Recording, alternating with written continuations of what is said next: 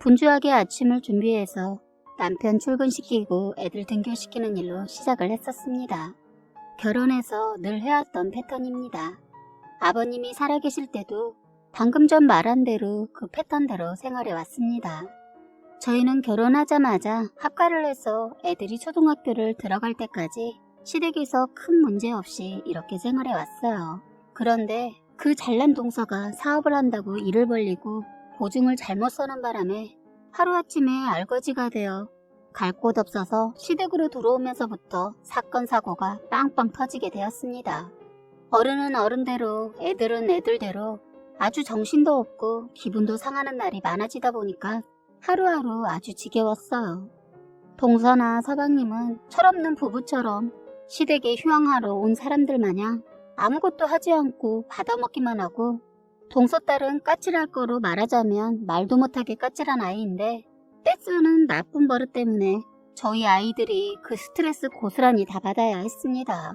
시어머니는 집안 시끄러워지는 거 싫고 신경 쓰기 싫으니까 무조건 저희 아이들한테 다 양보하라 하고, 저희 애들도 언젠가부터는 동서딸한테 양보하고 늘 져주는 게 일상이 되다 보니 어린 애들한테도 한계가 왔는지 한 번은 동서딸한테 양보하기 싫다고 한 모양이에요.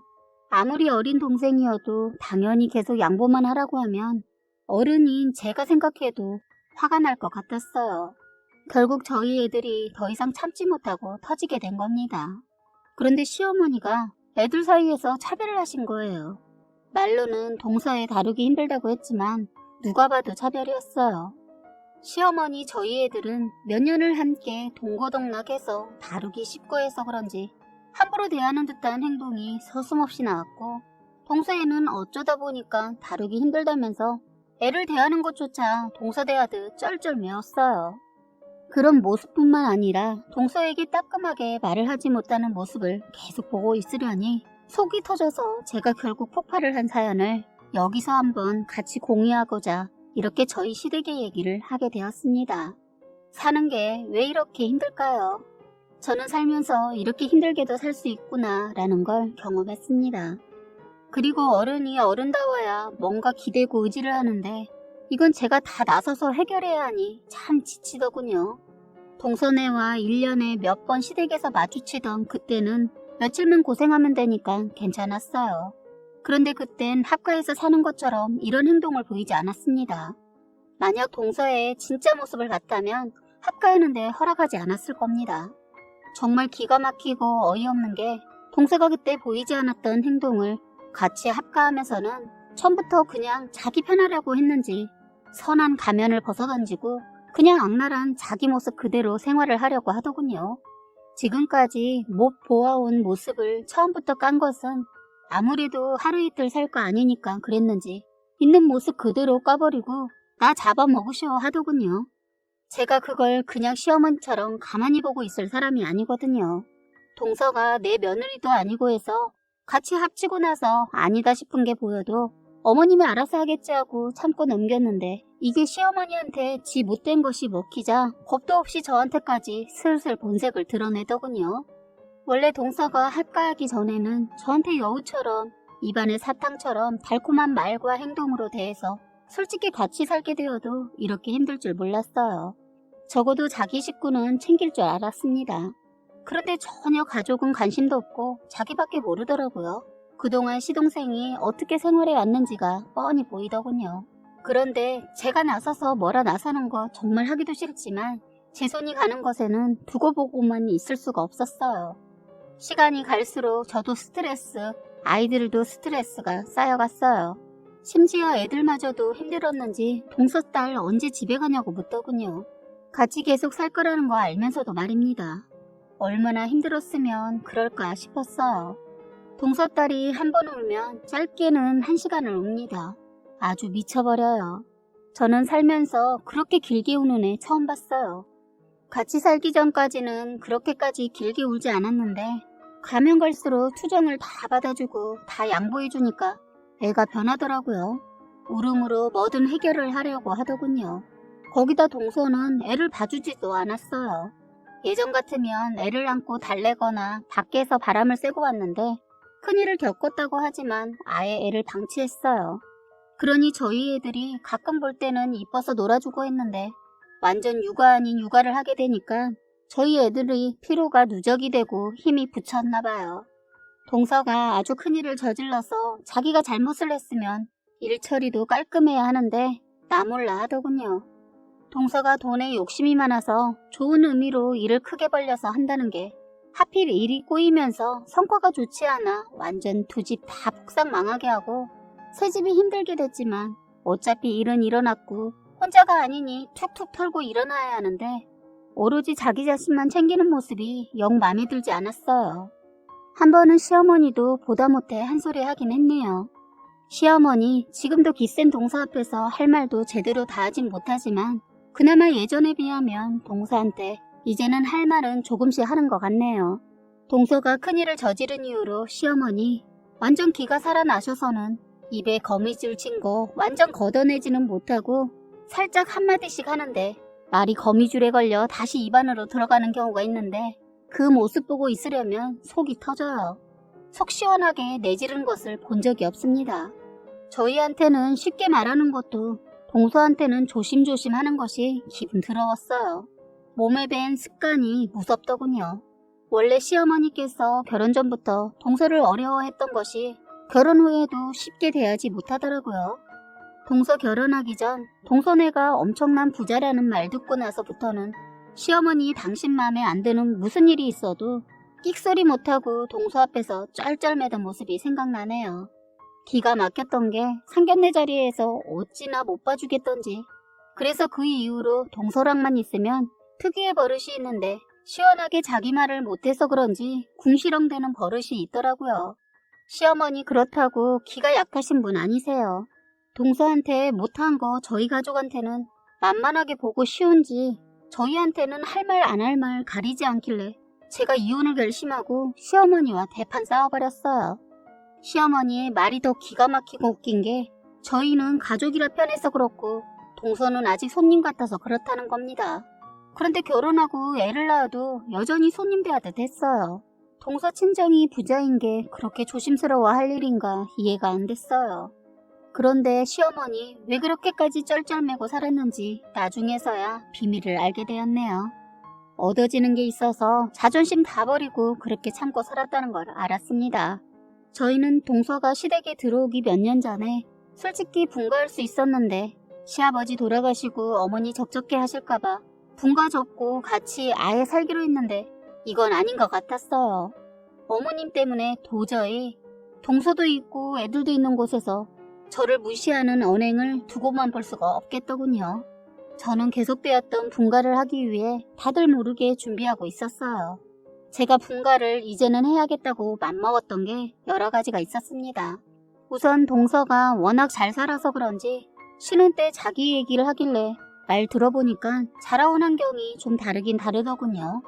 그런데 시어머니 그걸 다 받아주고 서방님도 다 받아주면서 떠받들더라고요. 다른 환경에 맞추도록 하지 않고 되려 이분들께서 맞춰주고 있더라고요. 누구는 처음부터 밥하고 빨래하고 애 키웠나?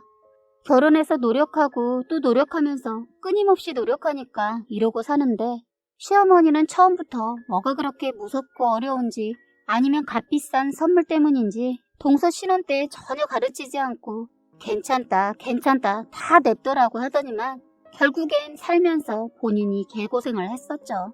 저야 어쩌다 1년에 한두 번 보니까 냅뒀어요. 괜히 제가 나서봐야 오지랖이란 말 듣고 간섭이네 번해해서 제 할 일만 했습니다. 아버님 살아생전 하신 말도 생각나네요. 아버님이 작은 애 좀 살림 좀 가르치라고 어느 정도는 할 줄 알아야 한다고 잔소리 아닌 잔소리를 하셨는데 그때마다 시어머니 열을 내면서 돈 많은데 뭐가 걱정이냐고 친정에서 자식이라고는 딸랑 딸 하나인데 그 많은 재산 다 작은 애 거인데 뭐터러 사서 고생을 하냐고 하셨어요. 누가 그 돈이 영원히 있을 줄 알았겠습니까? 돈이 참 우습더군요. 그 많던 재산이 하루아침에 사라져버리는 것을 봤네요. 정말 예전에 시어머니 돈이면 다 되는 줄 알고 좋아라 하셨던 분이세요.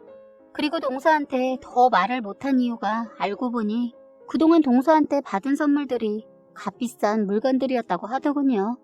동서 집안일 머리로 몸으로 도저히 안 되니까 돈으로 다 해결했는데 과정 무시하고 결과를 보자면 시어머니 동서네 쓰레기 치워주는 청소부 역할을 하고 있으면서 가끔 동서가 값비싼 선물과 돈 주면 아무 소리도 못하고 동서 집 가서 또 허드렛 일을 했었던 모양이에요. 저희를 속이고 말입니다. 가끔 애들 봐달라고 부탁하면 바쁘다고 하셨는데 이제 그 이유를 그때야 알게 되었어요. 시어머니 넘치게 받은 게 있어서 그런지 말도 못하는 거 보니까 정말 선물 이런 거 누가 준다고 무작정 받으면 안 되는 거 알았네요. 같이 살면서 시어머니가 동서 맘에 안 든 거 뭐라 하니까 그때 동서가 그러더라고요. 선물 얘기를 꼭 짚고 넘어가더군요. 저희 동서가 보통 시어머니들이 받아들이기 어려울 정도의 성격인데 자기 맘에 안 들면 뭐든지 따지고 들고 아니다 싶으면 감정 표현을 그대로 해버리는 사람입니다. 시어머니는 동서 성격 똑 부러져서 좋다고 하셨는데 그게 이제 와서는 당신한테 독이 된다는 것을 뒤늦게 아신 거죠. 이렇다 보니까 시어머니 끽소리 못하고 동서의 행동 때문에 집안이 시끄러워진 일이 많았습니다. 시어머니 이럴 줄 모르고 저보다 동서가 시원시원하고 해서 좋다고 했는데 참 말이 안 나오네요. 지금은 후회하세요. 저처럼 그냥 어느 정도는 참아 넘기고 기분에 따라 행동하지 않고 절제된 행동에 대해 저를 흉보시던 분이 이제는 입안에 침이 마르도록 칭찬을 하시다가도 동서랑 부딪히면 또 돌변해서는 사이코 같은 행동을 하시요. 같이 계속 살다가는 애들한테도 저한테도 안 좋은 영향을 미칠 것 같더라고요. 그래서 저는 처음에 동서보다 어머니 때문에 아무리 어려워도 다 같이 사는 거 반대했습니다. 워낙 어머니가 동서 눈치를 보니까 그 모습 보는 것도 싫고 해서 그랬는데 동서네 친정이 망하자 시어머니 자기 아들 살리려고 저한테 양해 구하고 더 앞장서서 합가를 원했어요. 그런데 동서 이게 아주 잔머리를 굴리더군요. 자기만 편하자고 자기 남편은 시댁에 둔다는 거예요. 누구 보고 그 시중 다 들라고. 제가 절대적으로 반대했습니다. 그래서 제가 의견을 냈습니다. 원래는 동서가 자기 친정집으로 자기하고 애만 데리고 가겠다는 거 제가 말렸어요. 그래서 시댁으로 들어올 거면 다 같이 오던가 아니면 안 들어올 거면 다 말아라 이랬더니 동서 자기도 생각이 있어서 그랬는지는 모르겠지만 판을 뒤집어 시댁으로 들어왔어요. 자기도 일 저질러 놓고 시댁도 친정도 들어가기 힘들었을 텐데 그래도 친정이 나을 거라 생각했는지 그런 상황에서도 그런 결정을 내린 것 같기도 하고 여러 가지 생각이 스치더군요. 사실 동서가 자기 친정에 들어가는 것이 곤욕이었을 거예요. 왜냐면 동서가 겁도 없이 보증에 친정돈 끌어다 투자까지 했답니다. 워낙 아가씨 때부터 사업수단이 좋아서 친정 부모님께서 동서를 믿고 다 맡겼다고 해요. 그런데 그 운이라는 것을 다 써버렸나 봐요. 동서가 결혼해서부터 사업을 벌려놓은 게 무너져가는 것이 보였는데 그걸 무시하고 더 끌어다 무리하게 투자를 하는 바람에 그동안 쌓아놓은 친정재산 하루아침에 폭탄 맞아 다 사라져버렸어요. 그래서 친정도 잘 살았었는데 동서 때문에 타격을 받아서 대저택에서 살다가 빚 다 정산하고 그나마 남은 돈이 있어서 자그마한 전셋집 하나 겨우 남겼다고 들었어요. 딸내미 덕분에 호화스러운 생활도 누렸음에도 불구하고 사람이 돈이 있다가 없는 것은 견디기 힘든가 봐요. 동서 원망을 있는 대로 하니까 동서 말로는 친정으로 들어간다고 했지만 막상 친정으로 들어가는 거 동서도 가시방석이었을 거고 어쨌든 친정이 무너지게 만든 게 자기니까 면목이 없었을 것 같아요. 그래서 어머님 말 떨어지기 무섭게 쉽게 시댁으로 올 생각을 했던가 봐요.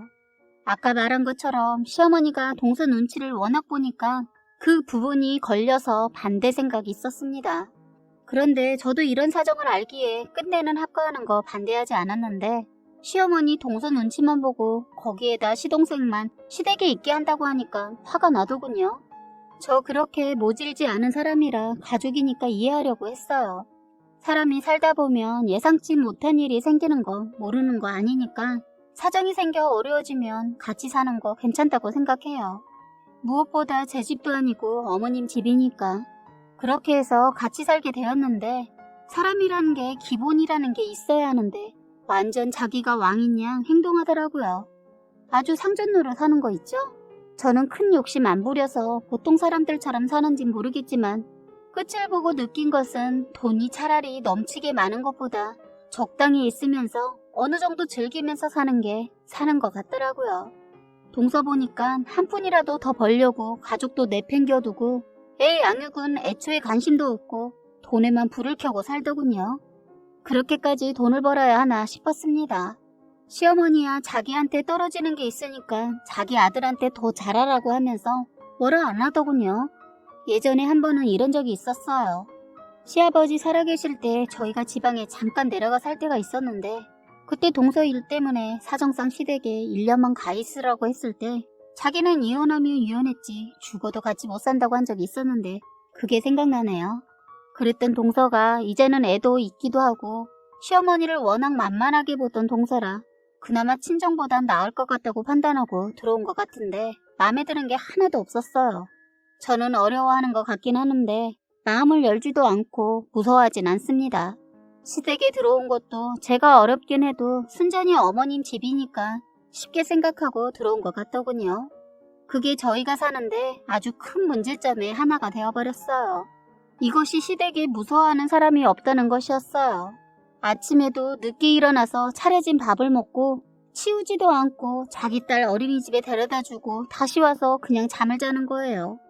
그동안 패턴이 어떠했는지 한눈에 다 보이는 행동을 하더군요. 그런데 시어머니 행여나 아들이 이혼이라도 할까봐 말도 못하길래 제가 총대를 메고 혼쭐을 내줬어요. 사건이 있는 날 저는 볼 일이 있어서 나갔다 왔는데 너무 화가 나서 다저녁에 저녁 준비는커녕 잠을 자고 있는 동서를 불러일으켜 말을 했어요. 동서, 여기 자기 식구들만 사는 곳 아니야. 내가 3일은 맘도 추스리라고 아무 말 안 하고 있었어. 그리고 길게 일주일 지켜봤어. 그런데 이건 아닌 것 같은데. 동서 지금 뭔가 착각하고 있는 것 같아서 말해주는 거야. 했더니 이것이 그래서요. 어쩌라고요. 저 건드리지 마세요. 저 지금 폭발 직전이라고요. 형님이 들어오라고 해서 들어온 것 뿐이니까 저한테 이래라 저래라 하지 마시고 뭐 바라지도 마세요. 지금 그게 말이라고 하니? 어쩌라고? 저희 그날 서로 말 놓고 대판 싸웠네요. 그래서 이대로 그냥 두면 안 되겠다 싶어서 동서 지금 여기가 어디라고 생각해? 여기 자기 집도 아니고 친정도 아니야. 그리고 내가 동서 언니라도 되는 줄 아는가 본데 나 동서 형님이야. 어디서 위아래 없이 함부로 말을 하고 있어? 어머님은 동서 이런 행동을 다 봐주시겠지만 난 아니야. 동서가 할 일은 하고 쉬던지 해. 내가 일주일은 동서도 맘 잡기 힘들 것 같기도 하고 시간도 필요할 것 같아서 봐줬는데 이건 아니지. 밥 먹고 나면 당연하듯이 밥 먹은 거 그대로 그냥 놓고 그냥 들어가서 나오지도 않고 거기에다 서방님하고 아름이 챙기는 거 뒷전이고 지금 뭐 하자는 거야? 형님이 보태지 않아도 저 힘드니까 그만하시라고요. 그래? 그만 안 있으면? 동서 이렇게 된 게 우리 탓이야? 아름이도 동서가 집에 있으니까 더 챙겨야 하는 거 아니냐고. 저는 그날 날 잡은 김에 시어머니한테도 한 소리 했어요. 어머니도 그래요. 저희 애들이 아름이 돌보는 애들이에요? 왜 껐떡하면 아름이를 저희 애들한테 맡기는데요? 그러다가 애들끼리 문제가 생기면 꼭 저희 애들만 잡으시고 제발 저희 애들 잡지 마시고 동서나 잡으시라고요. 왜 이렇게 동서를 어려워하세요? 하자 시어머니 온몸을 바르르 떨면서 저한테 그러대요. 야, 너네가 누굴 무서워해? 그냥 큰일 치르고 안 됐길래 그냥 두는 거지. 어머니 그렇게 말씀하시면 저만 나쁜 년 되는 거 아시죠? 왜 저만 속 좁은 사람 만들어요? 그럼 이 많은 대가족을 저 혼자 돌봐라는 게 말이 돼요? 어머님도 동서 들어오기 전엔 아침에 일어나 밥하는 거 도와주시더니 지금은 아예 손 떼시고 동서는 아예 나오지도 않고 지가 밥 먹고 싶으면 나와서 밥 먹고 심지어 자기 먹은 것도 설거지통에 담가두잖아요. 이거 보세요. 제가 사실 그날 싱크대에 동서가 먹고 담가둔 그릇을 보고 뚜껑이 열려버렸어요. 싱크대에는 항상 물을 조금 받아서 둔 통이 있는데 그것에 동서가 밥을 먹고 나면 자꾸 담가두더군요. 처음엔 잘 안 닦여서 그랬다고 하길래 그런가 보다 했습니다. 그런데 그날은 안 닦일 만한 게 없고 뜨거운 물 틀어서 닦으면 금방 닦일 수 있는 그릇을 담가뒀길래 열이 확 받았어요. 기름진 것을 그대로 담가둬서 싱크대가 완전 기름 범벅이었거든요. 살림을 하는 사람들이라면 제 심정이 이해 가실지 모르겠네요. 저는 설거지통을 번쩍 들어 식탁에 탁 하고 내리치면서 내려놨어요. 시어머니 보라고 그리고 동서 보라고 둘은 순간 놀란 눈치더군요. 정말 저도 참을 대로 참아왔는데 동선의 것까지 살림을 해주니까 우라통이 터져서 더는 안 되겠더라고요. 저는 그날 분가를 하겠다고 말했어요. 그러자 시어머니, 아니 이 상황에 왜 분가를 하냐? 그럼 살림은 누가 하라고? 시어머니의 그 한마디가 모든 것을 결정하는데 아주 큰 몫을 해주었어요. 그 시간대가 마침 저녁을 준비해야 하는 시간이었는데 이러다 보니 저녁은 준비가 되지 않았고 그때 이른 퇴근을 한 저희 남편이 이 상황을 거의 밖에서 다 들었더라고요. 남편은 자기가 끼면 더 심각해질 것 같아서 제 선에서 마무리되길 바라면서 잠깐 밖에서 서 있었던 모양이에요. 그런데 동서의 말 한마디에 남편이 신발도 벗지 않고 문을 벌컥 열고 달려와 식탁에 놓여있던 설거지통을 들어 동서한테 뿌려버렸어요. 동서는 한순간에 기름이 섞인 벌건 물을 뒤집어 쓴 거예요. 가만히 보니까 동서가 스파게티를 해먹은 모양이더군요. 머리에 면이 얹어 있더라고요. 남편이 발끈했던 것은 바로 동서가 한 말이 형님이 능력이 없으니까 살림하고 사는 거 아니에요? 그나마 잘하는 게 살림인데 나가서 얼마나 개고생하려고 분가한다고 해요? 그럴 능력이나 되세요? 아주버님도 쥐꼬리만한 월급 받는다고 들었는데 아유 둘 다 세상을 너무 모르네. 아무것도 모르면 그냥 이 집구석에서 짱밖에 사세요. 저는 그때 인간이 아닌 괴물을 본 것 같았어요. 그동안 동서라는 여자를 잘못 봐왔구나 싶었습니다. 저는 그 말에 제가 통을 잡았는데 한순간이었어요. 손살같이 달려들어와 남편이 속 시원하게 동서에게 구정물을 부어버린 거죠. 어느 누가 이런 말을 듣고 가만히 있겠어요. 마누라 무시한 것도 모자라 한 번도 저한테 그런 말 들어본 적이 없는데 어디 감히 재수씨가 아주버님한테 쥐꼬리만한 월급 하면서 비아냥거리는데 참을 수가 없었겠죠. 아주 속이 시원했어요. 동서 울고불고 하면서 식탁 의자 발로 탁 치면서 저희 남편한테 욕을 하더군요. 그러자 남편이 동서 멱살을 잡았어요. 그러면서 한마디 해줬죠. 너 돈이면 다 되는 줄 아는데 너 인생 그따위로 살지 마. 네가 돈만 보고 산 대가가 지금 현재 네 모습이야. 똑똑히 기억해둬라. 하면서 멱살 잡은 손을 놨어요. 정말 남편이 한 대 칠 정도였는데 거기까진 하지 않았어요. 그때 서방님이 퇴근을 하셨고 그 장면을 보게 되었죠. 서방님도 발끈해서는 자기 형에게 달려들더군요. 꼴에 자기 아내 편을 들더군요. 끼리끼리 만난다고 시동생도 한번 날 잡아 얘기 좀 하려고 했는데 그때 남편이 제대로 잡더군요. 너 이 새끼야, 네가 이따위니까 저것이 정신 못 차리고 위아래 무시하고 날뛰는 거 아니야. 너 당장 네 처가로 가든가 밖에서 빌어먹던가 꺼져버려. 하니까 시동생이 겁도 없이 자기 형한테 달려들었어요. 이 집이 네 집이냐, 너도 능력 없으니까 엄마한테 얹혀 사는 거 아니냐면서 나가려면 네가 나가라고 반말로 마구 해대더군요. 서방님이 마누라 집안 폭에 쌓여서 앞을 못 보더군요. 그 모습을 지켜보던 시어머니 갑자기 서방님 등짝을 세게 내리치더니 간만에 옳은 소리 하더군요. 너희 놈 내가 형한테 그따위라 하라고 가르쳤어? 어디 버릇없이 형한테 네가 가 뭐야? 네 마누라가 막 나가니까 너도 이러냐? 어디 싸가지 없이 네 형이 살면서 얼마나 애쓰고 살았는데 네가 뭘 한다고 짓거려? 네 아버지 아플 때도 형하고 네 형수가 병간호 다 했을 때 코빼기 한번 보이지 않았으면서 어디 형한테 이놈아. 그리고 이 집은 네 형 집이나 마찬가지야. 내가 처음에 합가할 때 약속한 게 있었어. 하자 시동생 발끈하면서 그런 게 어딨냐고 자기는 모르는 일이라고 하면서 시동생 팔을 잡고 있던 시어머니의 팔을 뿌리치면서 뒤로 뺐어요. 그런데 그만 시어머니가 뒤로 밀리면서 바로 넘어지면서 심하게 엉덩방아를 찍고 엎친 데 덮친다고 서방님이 손을 뿌리칠 때 그만 동서 딸내미가 자기 아빠 온 거를 알고 달려가다 그 손에 맞아 그만 입이 터지고 말았어요.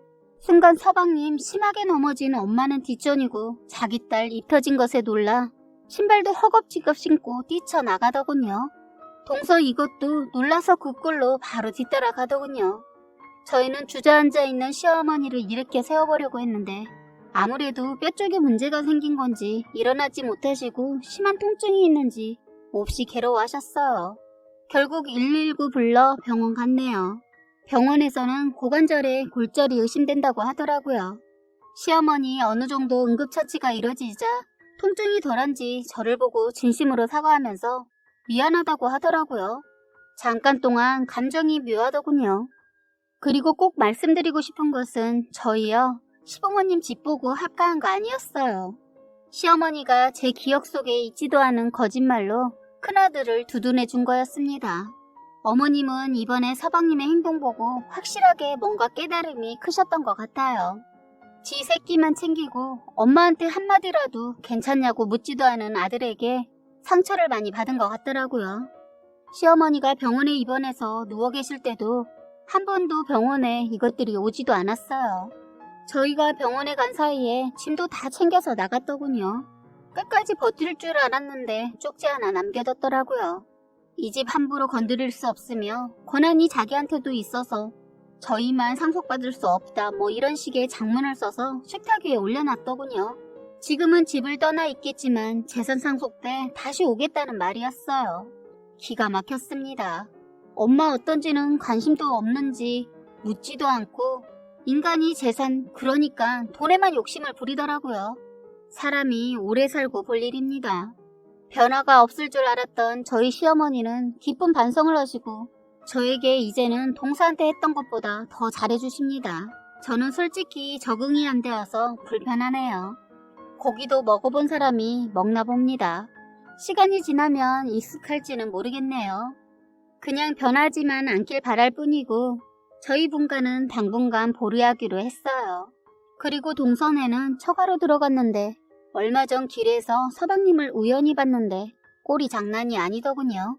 죽도 못 얻어먹은 얼굴이었어요. 서로 감정이 좋지 않아서 서로 아는 체도 하지 않고 지나쳤어요. 형을 개무시한 새끼가 저는 그동안 얼마나 무시했을까 싶어서 얼굴도 쳐다도 보기 싫고 말은 더 섞기도 싫어 먼 발치에서 서방님인 거 알면서 일부러 고개를 돌려버렸어요.